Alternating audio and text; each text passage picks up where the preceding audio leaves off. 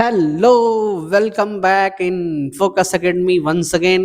फिर से हम आ चुके एक नए जोश और जुनून के साथ एक नए लेक्चर लेके। क्लास 10th केमिस्ट्री का हम लोग चैप्टर फर्स्ट डिस्कस करने वाले हैं आज के इस सेशन में।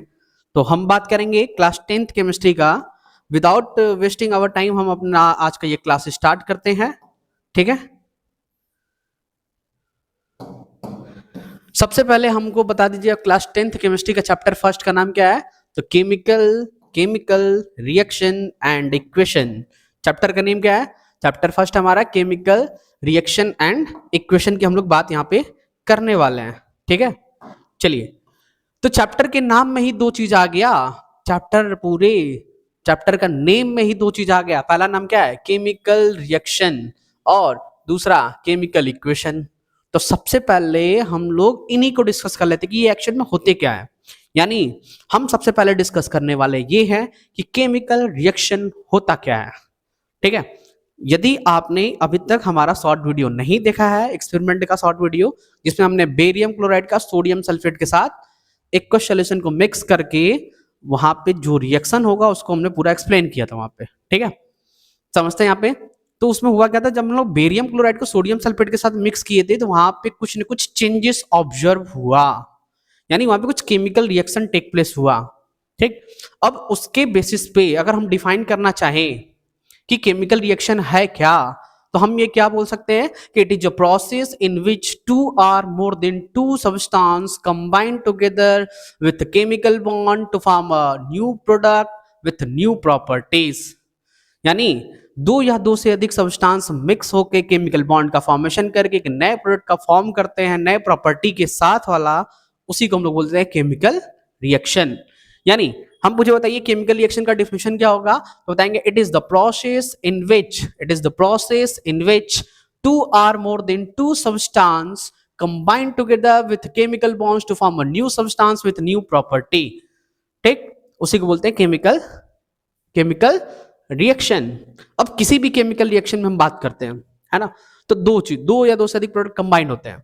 तो जो प्रोडक्ट रिएक्शन में पार्टिसिपेट करते हैं, है ना, क्या बोले, वो सब्सटेंस जो रिएक्शन में पार्टिसिपेट करेगा उसको हम लोग क्या बोलते हैं? रिएक्टेंट्स बोलते हैं। क्या बोलते हैं? रिएक्टेंट्स बोलते हैं। ठीक, और जो फाइनल प्रोडक्ट हमको बन के मिला, यानी जो फाइनल सब्सटेंस हमको ऑब्टेन होगा आफ्टर द केमिकल इक्वेशन, उसको हम लोग क्या बोलते हैं? प्रोडक्ट्स बोलते हैं। ठीक है, यानी अगर हम डिफाइन करें कि रिएक्टेंट्स क्या होते हैं और प्रोडक्ट्स क्या होते हैं, तो कुछ इस कदर से डिफाइन किया जा सकता है।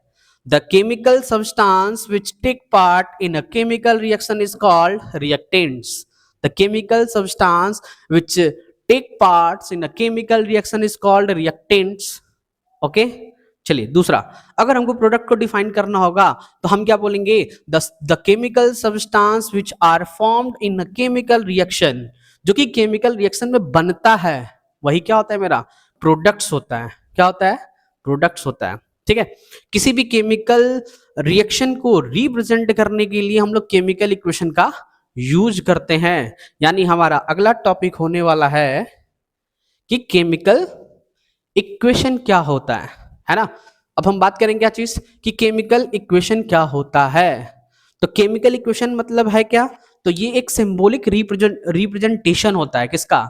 जैसे मान लीजिए हमने बेरियम क्लोराइड को सोडियम सल्फेट के साथ मिक्स कर दिया, तो हम तो उसको वर्ड के फॉर्म में भी लिख सकते हैं कि बेरियम क्लोराइड सोडियम सल्फेट के साथ मिक्स होके जो भी बना रहा है, तो क्या बनाएगा? बेरियम क्लोराइड सोडियम सल्फेट के साथ मिक्स होके क्या बनाएगा? तो इक्वेशन के फॉर्म में उसको लिख सकते हैं क्या?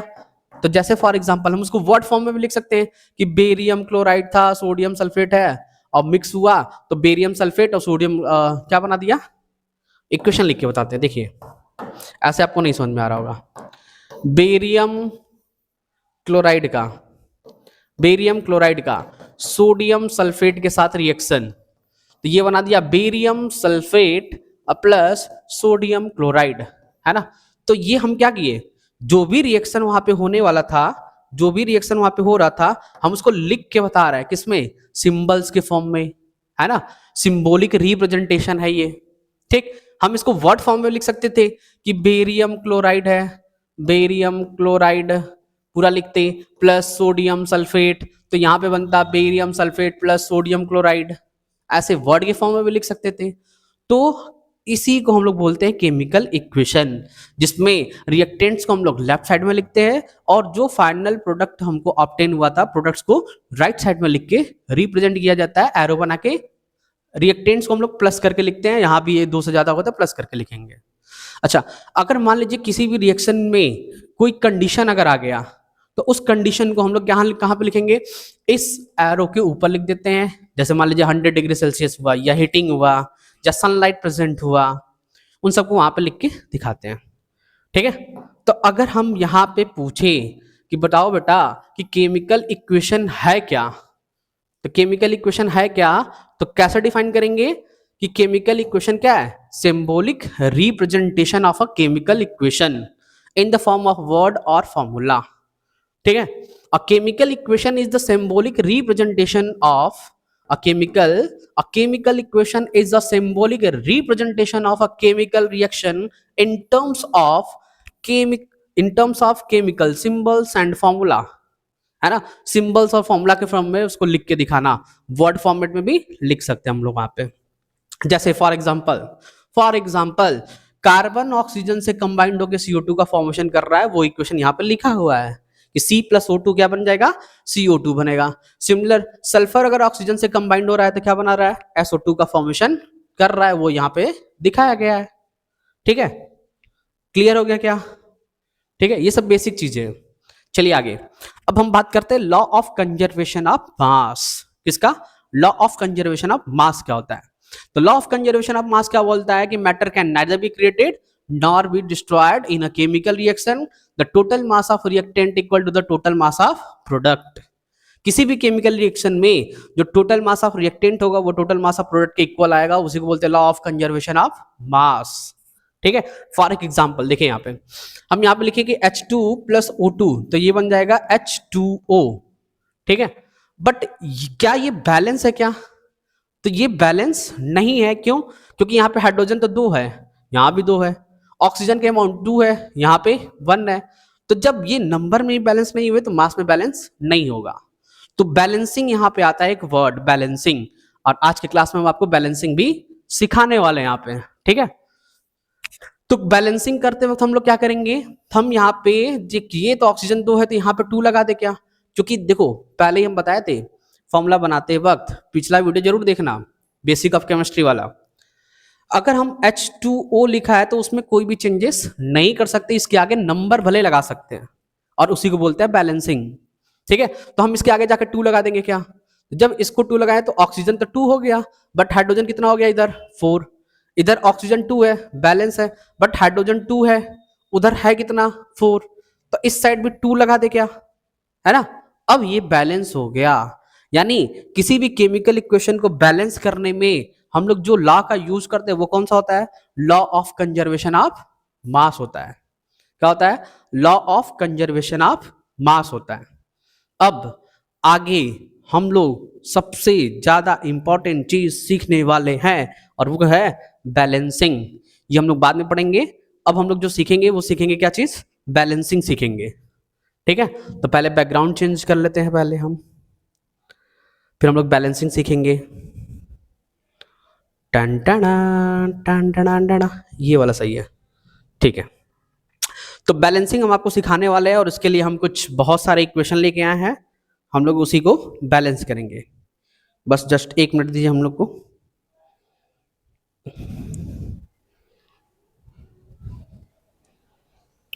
टिंग डिंग डिंग टिंग डिंग डिंग।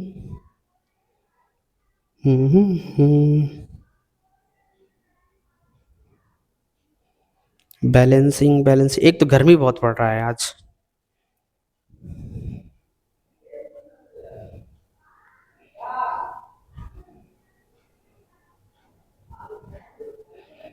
चलिए, मेरे पास कुछ इक्वेशन है बैलेंसिंग के लिए, हम लोग एक एक इक्वेशन को डिस्कस करेंगे हिट एंड ट्रायल मेथड से। हम लिख दिए N2 + H2 और यहां पे बन गया मेरा NH3। दूसरा हम लोग सीखेंगे, ऐसे कई इक्वेशन हम लोग सीखेंगे यहाँ पे, KClO3, ये बन गया KCl + O2।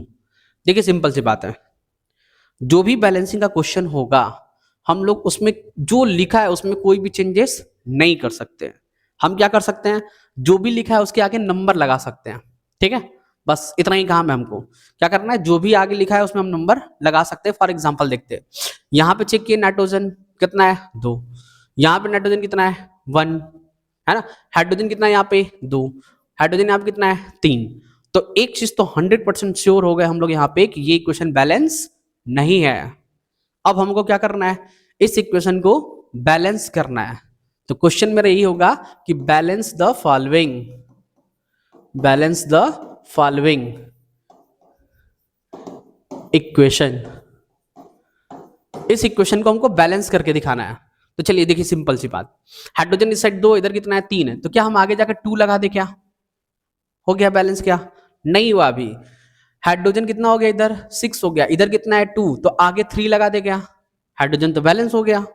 अब हम दूसरा उठा लिए नाइट्रोजन, नाइट्रोजन कितना है 2, इधर कितना है 2, अब बैलेंस हो गया, ऑटोमेटिक बैलेंस हो गया। क्या देखिए, नाइट्रोजन इधर 2 है, इधर भी 2 है, हाइड्रोजन इधर 6 है, इधर भी कितना है 6 है, तो हो गया बैलेंस। तो बैलेंसिंग में हम लोग यही करते हैं। हाँ, जो लिखा हुआ फॉर्मूला है हम उसमें कोई भी चेंजेस नहीं कर सकते। जैसे N2 लिखा है तो हम इसको N3 नहीं बना सकते, है ना। N2 लिखा है तो N2 का यहाँ पे ट्वाइस नहीं बना सकते, ऐसा नहीं बना सकते। हम लोग आगे नंबर लिख सकते हैं। ठीक है, बस ये चीज ध्यान रखिएगा। ठीक, आई होप आपको समझ में आ रहा होगा। हम लोग बहुत सारे क्वेश्चन करने वाले हैं, धीरे धीरे आपको सब चीजें समझ में आ जाएगा। चलिए दूसरा इक्वेशन को हम लोग बैलेंस करके दिखाते हैं यहाँ पे। चलिए दूसरे इक्वेशन में क्या है, ऑक्सीजन यहाँ पे कितना है 3, यहाँ पे कितना है 2, तो इनका मल्टीपल बना देना। क्या बना दे, इनका मल्टीपल बना दे, आसान पड़ेगा। ठीक है, तो अगर हम इसके आगे ले जाके 3 लिख दे तो ऑक्सीजन कितना हो गया, उधर 6 हो गया, इधर ऑक्सीजन कितना है अभी 2 है, 3 है, सॉरी 3 है, आगे 2 लगा दे, ऑक्सीजन, ऑक्सीजन कितना हो गया 6 हो गया। क्या, अरे बोलो ना 6 हो गया क्या, हाँ ठीक है। अब देखो ये दिख रहा है क्या, KCl पूरा लिखा है, उसके आगे 2 लिखा है, तो हम इधर भी 2 लगा दे, इस KCl के आगे 2 लगा दे, सब बैलेंस हो जाएगा ऑटोमेटिक। चेक करो, potassium 2, calcium chlorine 2, potassium 2, chlorine 2, oxygen 6, oxygen 6, हो गया बैलेंस इक्वेशन। तो इसको बोलते हैं हिट एंड ट्रायल मेथड। हमको ऐसे वो कोई लंबे चौड़े मेथड से इसको बैलेंसिंग नहीं करना था इक्वेशन को, हमको कम टाइम में hit and trial method use करके इसको बैलेंस करना पड़ता है। ठीक है, चलिए आगे भी हम लोग बहुत सारे इक्वेशन लिखेंगे और उसको बैलेंस करेंगे यहाँ पे। ठीक है, जैसे फॉर एग्जांपल हम लिख लेते हैं AgCl, तो यहाँ पे होता है, ये बनता है Ag प्लस Cl2, यहाँ पे होता है सनलाइट। ठीक है, ये मेरा इक्वेशन नंबर 3 हो गया। और हम लिख दिए इसी तरह सिमिलर AgBr, है ना, in the presence of sunlight, in the presence of sunlight. ठीक, तो ये बन जाएगा Ag प्लस Br2, तो ये बना हुआ हमको लिखा हुआ मिल गया। अब हमको इसको बैलेंस करना है, तो हम चेक किए, देखिए इधर क्लोरीन कितना है 2, इधर ब्रोमीन कितना है 2, दोनों एक जैसा है। ठीक है, तो क्या हम इसके आगे 2 लगा दे, क्या, क्योंकि Cl2 लिख नहीं सकते तो आगे जाके 2 लगा देंगे। जैसे ही आगे 2 लगाए, Ag कितना हो गया 2 हो गया, तो हम इसके भी आगे 2 लगा दे, हो गया बैलेंस। सेम ये भी होगा, यहां भी 2 लगेगा, हो गया बैलेंस, है ना। तो इसी को बोलते हैं balancing, hit and trial method use करके इसको करना होता है। ठीक है, आगे और एग्जांपल देखते हैं हम लोग। ठीक है, आगे और देखते हैं, थोड़ा और समझ में आएगा। 5 और 6 उठा लेते हैं हम लोग। हम उठा लिए Na प्लस Cl2, तो ये बन गया NaCl, क्या बन गया NaCl बन गया। ठीक, और कोई एग्जांपल उठाना चाहे तो हम उठा सकते हैं, ये आपका CaCO3 का हीटिंग उठा लेते हैं, तो ये बनता है CaO प्लस हीट करेंगे तो H2O बनेगा, अरे H2O नहीं,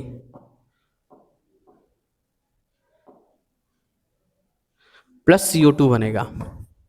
ठीक है, ये बनेगा। अब हम इसको चेक कर रहे हैं कि क्या ये इक्वेशन बैलेंस है कि नहीं है। चलिए चेक करके बताइए, यहाँ पे सोडियम कितना है 1 है, क्लोरीन कितना 2, क्लोरीन कितना है 1, सोडियम कितना है 1, तो बैलेंस तो हुआ नहीं। क्लोरीन को 2 करना है तो हम आगे 2 लगा दे, क्या जैसे ही क्लोरीन के आगे 2 लगाएंगे 2NaCl हो गया। क्लोरीन को बैलेंस करने के चक्कर में हम 2 लगा दिए, बट सोडियम भी क्या हो गया 2 हो गया, तो उसके लिए क्या करना पड़ेगा, यहाँ पे 2 लगाना पड़ेगा। ठीक है, चलिए इसको देखिए। इसमें कैल्शियम कितना 1 है, कैल्शियम कितना 1 है, ऑक्सीजन कितना है 3 है, ऑक्सीजन 2 और 1 3 हो गया, कार्बन 1 है, यहाँ पे कार्बन 1 है। ये ऑटोमेटिक बैलेंस केमिकल इक्वेशन है हमारे पास। चलिए और भी बहुत सारे एग्जांपल है हमारे पास, कोशिश करेंगे कि हम लोग सब कवर कर ले। चलिए आगे के एग्जांपल लिखते हैं।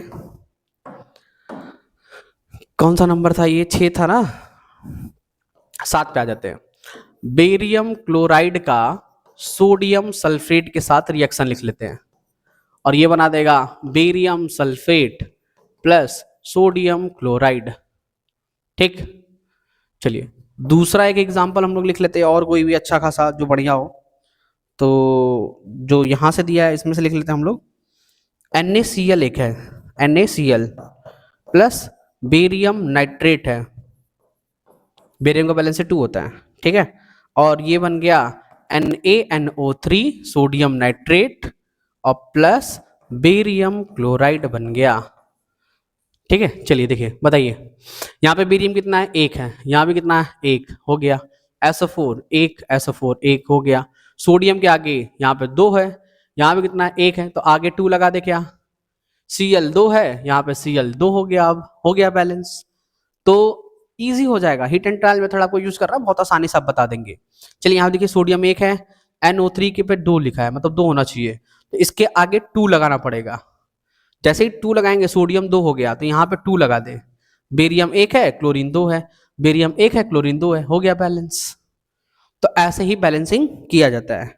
चलिए आगे देखते हैं क्वेश्चन, क्वेश्चन नंबर 9 पे हम लोग एक क्वेश्चन लगा लेते हैं। HCl का रिएक्शन कैल्शियम हाइड्रोक्साइड के साथ और ये बना देगा आपका H2O बनता है और प्लस CaCl2 का फॉर्मेशन होता है। ज्यादा नहीं, हम लोग 10 क्वेश्चन ही लगाएंगे। मैग्नीशियम रिबन का भरने ही देख लेते हैं, सबसे इंपॉर्टेंट Mg प्लस O2, तो ये क्या बनाएगा MgO का फॉर्मेशन करेगा। बाकी का हम लोग बैलेंसिंग को नेक्स्ट वीडियो में देखेंगे, है ना, बस अभी इतना ही रखते हैं आज के लिए। हाँ चलिए देखिए, हम बात कर रहे हैं HCl वाले, ये वाला इक्वेशन की बात कर रहे हैं। क्लोरीन 1 है बट इधर कितना है 2, तो आगे 2 लगा दे, क्या क्लोरीन तो हो गया बैलेंस। अब देखिए हाइड्रोजन चेक करते हैं, तो 2 यहाँ पे है 2 यहाँ पे है, टोटल 4 है, तो यहाँ पे 2 लगा दे, क्या हाइड्रोजन 4 हो जाएगा। और ऑक्सीजन देखूं यहाँ पे 2 है, तो ये ऑक्सीजन भी 2 हो गया, अब तो हो गया बैलेंस क्या। ठीक है, ये देखिए ऑक्सीजन 2 है, ऑक्सीजन यहाँ पे 1 है, आगे 2 लगा दे, तो Mg 2 हो गया, Mg के आगे 2 लगा दो। तो बस ये सिंपल सा कॉन्सेप्ट है, heat and trial method use करके हम लोग बैलेंसिंग करते हैं। अगले वीडियो में हम लोग बहुत सारे बैलेंसिंग के क्वेश्चन करने वाले हैं, बट फिलहाल अभी आप इनको अच्छे से रिवाइज करके ट्राई करेंगे। ठीक है, कि ये क्वेश्चन कैसे बैलेंस कर रहे हैं हम लोग। ठीक, नेक्स्ट पॉइंट हम लोग समझ लेते हैं, एक लास्ट पॉइंट अभी आज के लिए। ठीक है, characteristics of the chemical equation की बात करते हैं कि किसी भी केमिकल इक्वेशन का क्या क्या कैरेक्टरिस्टिक्स होता है। मतलब किसी भी कोई भी 2 केमिकल सब्सटेंस को अगर हम मिक्स किए तो वहां पे केमिकल रिएक्शन हुआ, तो उसके क्या क्या साइन है जिसको देख के हमको पता चल जाएगा केमिकल रिएक्शन हो गया। ठीक है, तो क्या क्या होता है, चेंज इन स्टेट हो सकता है, यानी उसका स्टेट बदल सकता है, मतलब सॉलिड लिक्विड गैस इन सब स्टेट में उसका चेंजेस हो सकता है। दूसरा चेंज इन कलर होगा, ठीक है, कि कुछ कलर में चेंजेस हमको ऑब्जर्व हो जाए। ठीक है, तीसरा चेंज इन टेम्परेचर की बात कर रहा है, कोई टेम्परेचर में कोई चेंजेस ऑब्जर्व हो, जैसे कैल्शियम क्विक लाइम को, कैल्शियम ऑक्साइड को हम उठा के वाटर मिक्स करते हैं तो वो हीट हो जाता है, मतलब हीट प्रोड्यूस करता है, उसको बोलते हैं एक्सोथर्मिक रिएक्शन। ठीक है, तो वो दिखा रहा था चेंज इन टेम्परेचर को। नेक्स्ट ऐसा भी हो सकता है कि 2 केमिकल सब्सटेंस को जब हम मिक्स किए तो वहां पे कोई गैस इवॉल्व हुआ हो, तो इवोल्यूशन ऑफ गैस की बात करेंगे हम लोग। और फिर नेक्स्ट पढ़ते हैं हम लोग फॉर्मेशन ऑफ पीपीटी। तो टोटल ये 5 प्रॉपर्टी है जिसके बेसिस पे हम लोग बोल सकते हैं कि केमिकल रिएक्शन हुआ। पहला क्या होगा, change in state, change in colour, change in temperature, evolution of gas और फॉर्मेशन ऑफ पीपीटी। इन सबको हम लोग 1 बाई 1 आगे चल के इक्वेशन में जब भी हम लोग लिखेंगे तो वहां पे ये बताएंगे, हाँ देखो ये वाला इक्वेशन ये इसके एग्जाम्पल में आ सकता है। इसको हम लोग आगे चल के डिस्कस करेंगे। ठीक है, इक्वेशन पढ़ते पढ़ते। तो थोड़ा सा लाइट के डिस्टरबेंस और गर्मी की वजह से आज का ये वीडियो इतना ही रखते हैं, मिलते हैं अपने नेक्स्ट वीडियो में। तब तक के लिए बाय बाय, टेक केयर। और हाँ, वीडियो को लाइक करिएगा, चैनल को सब्सक्राइब करिएगा और अपने दोस्तों के साथ जरूर फॉरवर्ड करिएगा। मिलते हैं अपने नेक्स्ट वीडियो में। Bye bye.